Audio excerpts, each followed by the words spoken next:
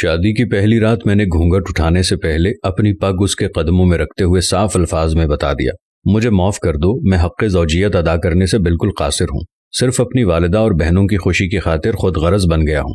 اس نے وہ پگ میرے سر پر رکھتے ہوئے کہا، آپ جیسے بھی ہیں میرا سہاگ ہیں، میرا نصیب ہیں، مجھے اب آپ کے ساتھ ہی رہنا ہے۔ اس دن کے بعد اس اللہ کی بندی نے میرے ساتھ 30 سال گزارے، میرے گھر والوں کی ہر بات برداشت کی، بانجھ ہونے کے طعنے بھی سنے مگر میرا پردہ رکھا۔ قبرستان میں قدم رکھتے ہی ایک مہک نے استقبال کیا۔ یہ خوشبو اس سے پہلے کبھی نہیں سونگھی تھی اور نہ محسوس کی تھی۔ میں ہر جمعے کو صبح فجر کی نماز کے بعد اپنے والد صاحب کی قبر پر جاتا، فاتحہ خوانی کرتا اور وہاں سے ہی اپنے آفس چلا جاتا۔ ایک عرصہ ہو گیا تھا مگر آج میں نے قبرستان میں ایک نئی خوشبو محسوس کی جو مجھے بے چین کر رہی تھی۔ یہ خوشبو کسی طرح سے بھی دنیاوی خوشبو نہیں لگ رہی تھی۔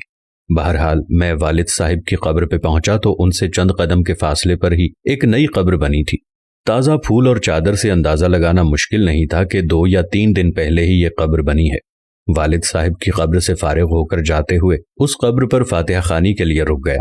فاتحہ خوانی کے دوران محسوس کیا کہ خوشبو اس قبر سے ہی آ رہی ہے۔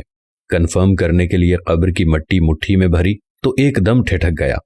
قبر کی مٹی ٹھنڈی تھی جیسے نم ہو، جبکہ مٹی بالکل خشک تھی اور کمال حد تک ٹھنڈی تھی۔ بہرحال مٹی کو وہیں قبر پر پھینک دیا اور ہاتھ جھاڑنے کے بعد چل پڑا۔ بھائی کی دکان کھولی، پہلا گاہک آیا، اس کو سامان دیا تو اس نے کہا، زمان بھائی آج خوشبو تو بہت کمال کی لگائی ہے۔ خوشبو؟ کون سی خوشبو؟ تو اس نے کہا، زمان بھائی خوشبو آپ لگاتے ہو اور پوچھتے ہم سے ہو کون سی خوشبو؟ بہت بھلے مانس آدمی ہو آپ۔ یہ کہتے ہوئے وہ چل پڑا۔ میں نے جب اپنے ہاتھ کو سونگھا تو وہی خوشبو میرے ہاتھ سے آ رہی تھی۔ تمام دن میں اس خوشبو کو محسوس کرتا رہا۔ ہاتھ دھونے کے باوجود بھی میرا ہاتھ معطر رہا۔ اگلے دن ہفتے کو بھی میں نہ چاہتے ہوئے قبرستان چلا گیا۔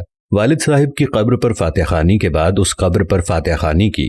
کس کی قبر ہے؟ یہ کون ہے جو اس قدر نیک ہے، جس کی قبر ٹھنڈی اور خوشبودار ہے؟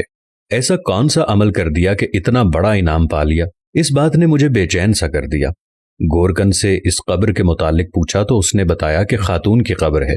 یہ جان کر اور بھی حیرت ہوئی کہ عورت کو اس قدر شاندار مقام کیسے ملا۔ اگلے دن اتوار تھا۔ دیر تک سونے کی عادت ہونے کے باوجود صبح فجر کی نماز کے وقت اٹھ کھڑا ہوا اور قبرستان روانہ ہو گیا۔ قبرستان میں داخل ہوا تو کیا دیکھتا ہوں، اسی خاتون کی قبر پر ایک باریش آدمی قرآن خوانی کر رہا ہے۔ میں والد صاحب کی قبر پر فاتحہ خوانی کرنے لگا۔ فاتحہ خوانی کے بعد میں نے اس آدمی کی طرف دیکھا جو اب دعا مانگ رہا تھا۔ جیسے ہی وہ دعا سے فارغ ہوا تو باہر کی جانب چل پڑا۔ اس کو جاتے دیکھ کر میں بھی اس کے پیچھے ہو لیا۔ جیسے ہی وہ گیٹ سے باہر نکلا میں نے آواز دے دی، سر بات سنیں 1 منٹ پلیز۔ جی فرمائیں۔ سر میں معذرت چاہتا ہوں، میں نے آپ کو تکلیف دی، مگر میں آپ سے ایک بات پوچھنا چاہتا ہوں، اگر آپ اجازت دیں تو۔ جی آپ پوچھیں، کیا بات ہے؟ انتہائی محبت سے اس شخص نے جواب دیا۔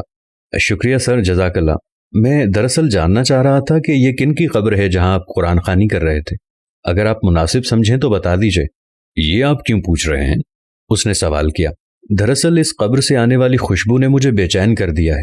ایسی خوشبو میں نے آج تک محسوس نہیں کی۔ مجھے یہ دنیاوی خوشبو نہیں لگتی۔ میں جاننا چاہ رہا تھا کہ صاحب قبر نے ایسا کون سا عمل کیا ہے کہ یہ مقام ملا کہ قبر ٹھنڈی اور خوشبودار ہو گئی ہے۔ یہ سن کر اس شخص نے ٹھنڈی آہ بھری اور کہا، قبر ٹھنڈی اور خوشبودار کیوں نہ ہو، اس نے اللہ تعالیٰ کو راضی کر کے ہی ایسا کیا ہے۔ جی میں یہ جاننا چاہ رہا تھا کہ ایسا کون سا عمل ہے جس سے یہ سعادت نصیب ہوئی۔ اس نے بتایا کہ یہ میری زوجہ کی قبر ہے۔ 30 سال تک ہماری رفاقت رہی۔ میں 4 بہنوں کا اکلوتا بھائی ہوں۔ میری بہنوں اور ماں کو میرا صحرا دیکھنے کا بے حد شوق تھا۔ سرکاری نوکری ملتے ہی چاند سی دلہن کی تلاش شروع کر دی گئی۔ یوں دنوں میں لڑکی کی تلاش کا کام مکمل ہوا۔ شادی ہوئی اور ماں بہنوں نے اپنے ارمان دل کھول کر پورے کیے۔